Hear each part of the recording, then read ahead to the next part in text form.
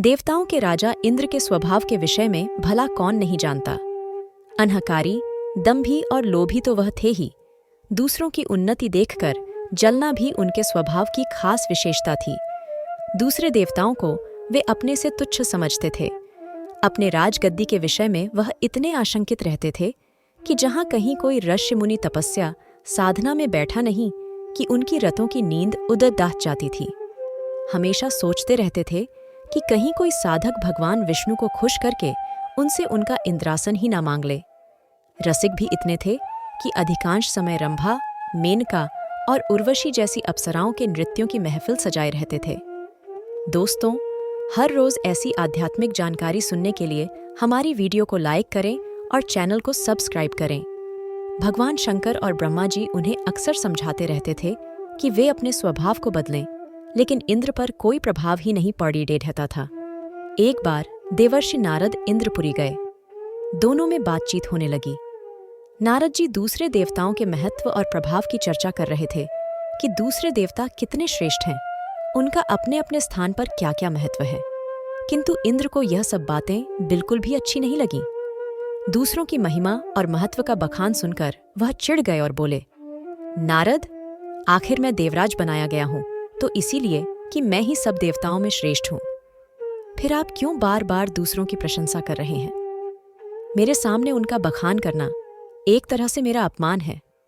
क्या आप मेरा अपमान करना चाहते हैं? नारद जी भी नारद जी ही थे, बिना किसी लाग लपेट के साफ साफ कहने वाले। उन्हें भला किसी की क्या परवाह थी? वह तो ब्रह्मा जी के मानस पुत्र थे। अतः देवराज इंद्र की बात सुनकर व्यंग्य से मुस्कुराए और बोले, देवराज, आप मेरी बातों को अपना अपमान समझते हैं, यह बहुत बड़ी भूल है।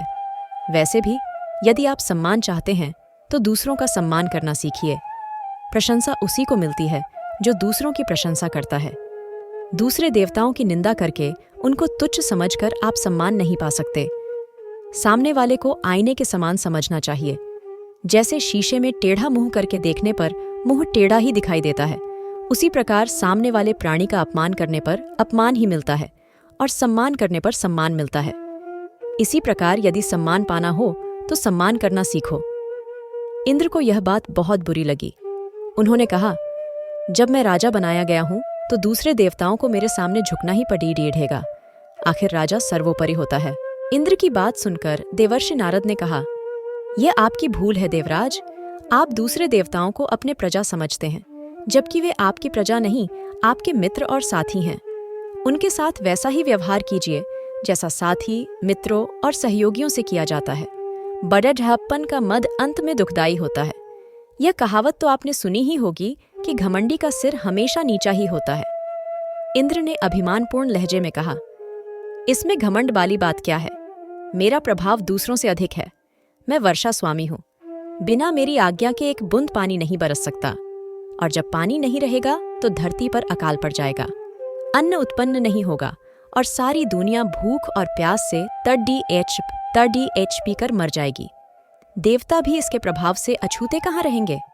नारद जी बोले, आप ठीक कहते हैं देवराज, किंतु दूसरे देवताओं का महत्व भी कुछ कम नहीं।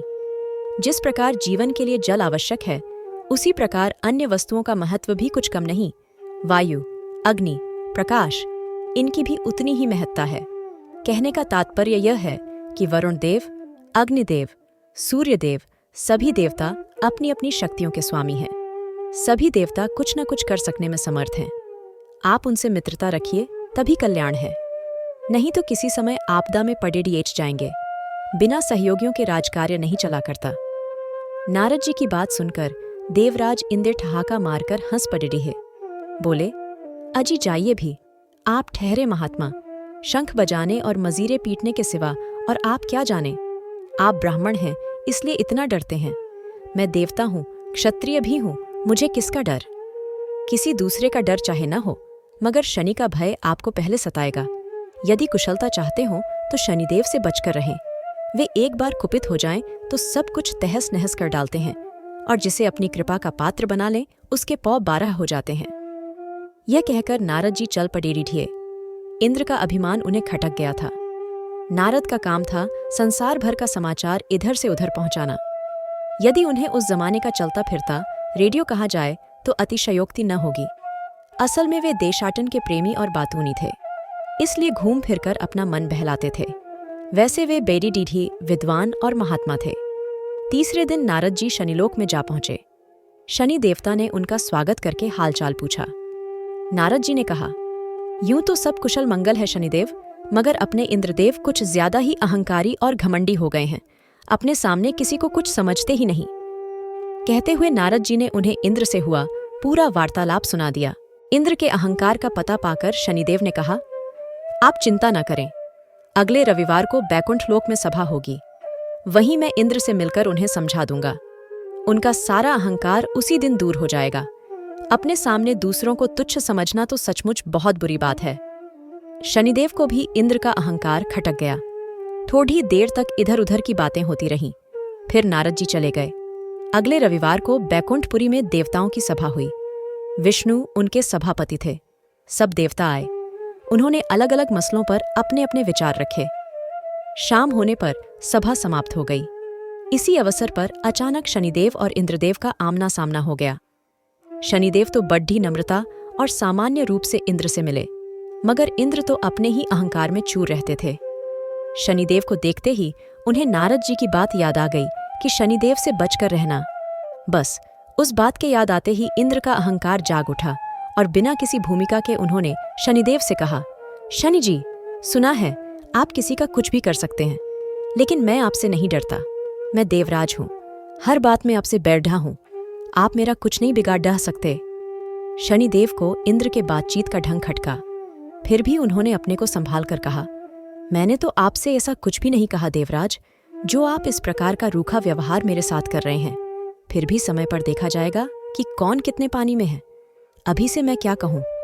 समय पर क्या, अभी दिखाइए ना। वह समय आप आज ही बुला लीजिए। मैं आपका सामर्थ्य देखना चाहता हूं। इंद्रदेव अकड़ रीछ गए, मानो व्यर्थ का झगड्ढा मोल लेने की ठाने बैठे हों। किसी ने सच ही कहा है, विनाश काले विपरीत बुद्धि, अर्थात जब किसी पर बुरा वक्त आना होता है तो उसकी बुद्धि खराब हो जाती है।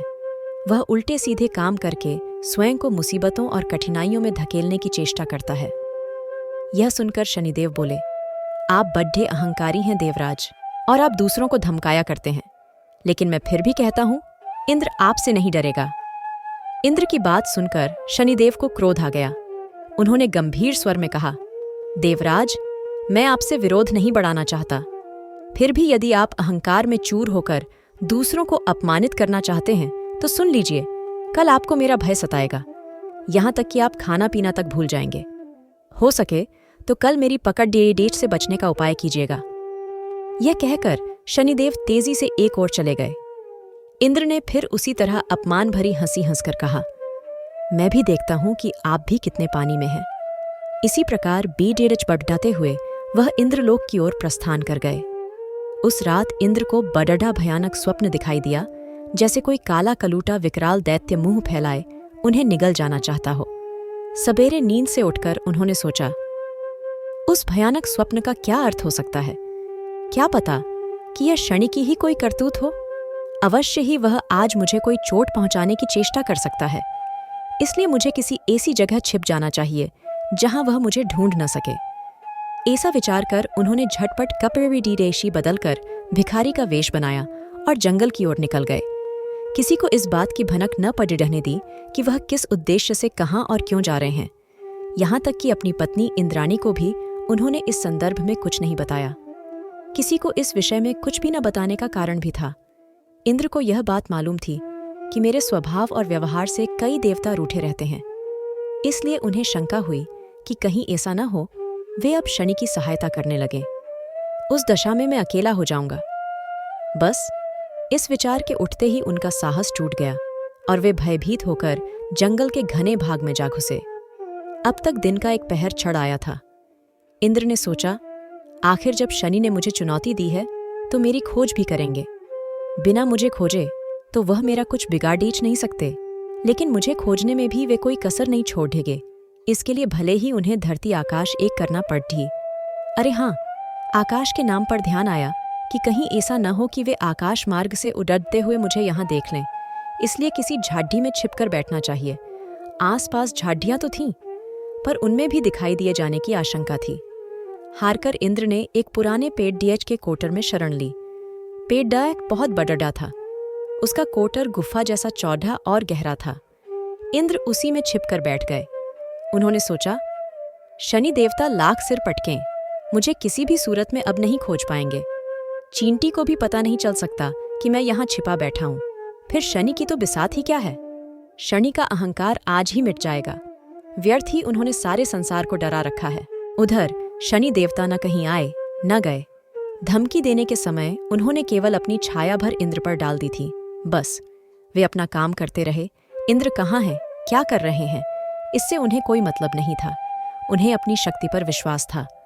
वे जानते थे कि इंद्र चाहे जहां जाएं, मेरी छाया अपना प्रभाव अवश्य डालेगी, और ऐसा हो भी रहा था। शनि के बिन कुछ किए ही इंद्र की शांति भंग हो चुकी थी। अपनी सुरक्षा के चक्कर में खाना तो क्या, उन्हें पानी पीने तक की भी सुध नहीं थी। बात केवल दिन भर की थी। जब सूरज डूब गया और रात आने लगी, तब इंद्र कोटर से बाहर निकले। चौकन्नी निगाहों से इधर उधर देखा, कहीं कोई न था। समझ गए कि या तो शनिश्चर इधर आए ही नहीं, और अगर आए भी होंगे तो थक हार कर लौट गए होंगे। आखिर मुझे खोजना इतना आसान कहाँ था। मेरी गंध तो हवा तक को नहीं मिली। शनि की क्या गिनती है। यही सब सोचते हुए इंद्र मन ही मन खुश हो रहे थे, और होते भी क्यों नहीं। अपनी समझ के अनुसार तो उन्होंने शनिदेव को धोखा दे ही दिया था। अब तो उन्हें उस क्षण का इंतजार था कि कब शनिदेव से भेंट हो और वहां उन्हें अपमानित करें, उनका उपहास उदड्डाएं। अंधेरा बढ़ता जा रहा था। इंद्र ने अंगदढ़ाई लेकर देह को एक झटका दिया और जल्दी जल्दी अपने इंद्रलोक की ओर चल दिए। दूसरे दिन सुबह ही उनका सामना शनिदेव से हो गया। शनिदेव उन्हें देखकर अर्थपूर्ण मुद्रा में मुस्कुराए। इंद्रदेव उनकी मुस्कान में छिपे व्यंग्य को न समझ सके और विजय के मद में चूर होकर बोले, कहिए शनिदेव, कल का पूरा समय निकल गया और आप मेरा बाल भी बांका न कर सके। अब तो कोई संदेह नहीं है कि मेरी शक्ति आपसे अधिक है। इंद्र की बात सुनकर शनिदेव ठहाका मारकर हंस पड़े। उनको इस प्रकार हंसते देखकर इंद्रदेव झुंझला उठे और कुढ़कर बोले, आपको हंसी आ रही है, लेकिन आपकी जगह पर कोई दूसरा होता तो शर्म के मारे मुंह छुपा लेता। आपने कल बडड़ी ताव से मुझे पकड़ड़ी एच लेने की चुनौती दी थी, लेकिन पकड़ना तो दूर, आप मुझे छू भी न सके। क्या यही आपका सामर्थ्य है? इसी बल पर आप फूले फूले फिरते हैं। दरअसल नारद जैसे लोगों ने आपको बेवजह सिर पर चढ़ा रखा है, और वे ही आपका नाम लेकर दूसरों को डराते रहते हैं। आप में कितना बल है, यह मैं देख चुका हूं। शनिदेव ने हंसते हुए कहा, आप जैसे बुद्धिमान को कौन समझाए। आप हारे और मैं जीता, फिर भी आप मुझे धिक्कार रहे हैं। जाकर किसी को यह सारी घटना सुनाइए, तब पता चलेगा आप कितने बुद्धिमान और साहसी हैं। इंद्र ने आंखें निकालकर पूछा, क्या कहा, मैं हार गया हूं? कैसे? आप अपनी विजय का प्रमाण तो दीजिए। खाली कह देने से क्या होता है? इस प्रकार तो मैं भी कह सकता हूं कि विजय मेरी हुई है। कल का पूरा दिन निकल गया, आखिर क्या बिगाड़ पाए आप मेरा? आप मेरा बाल तक बांका नहीं कर सके। पूरी तरह स्वस्थ और निश्चिंत आपके सामने खड़ी ढा हूं मैं।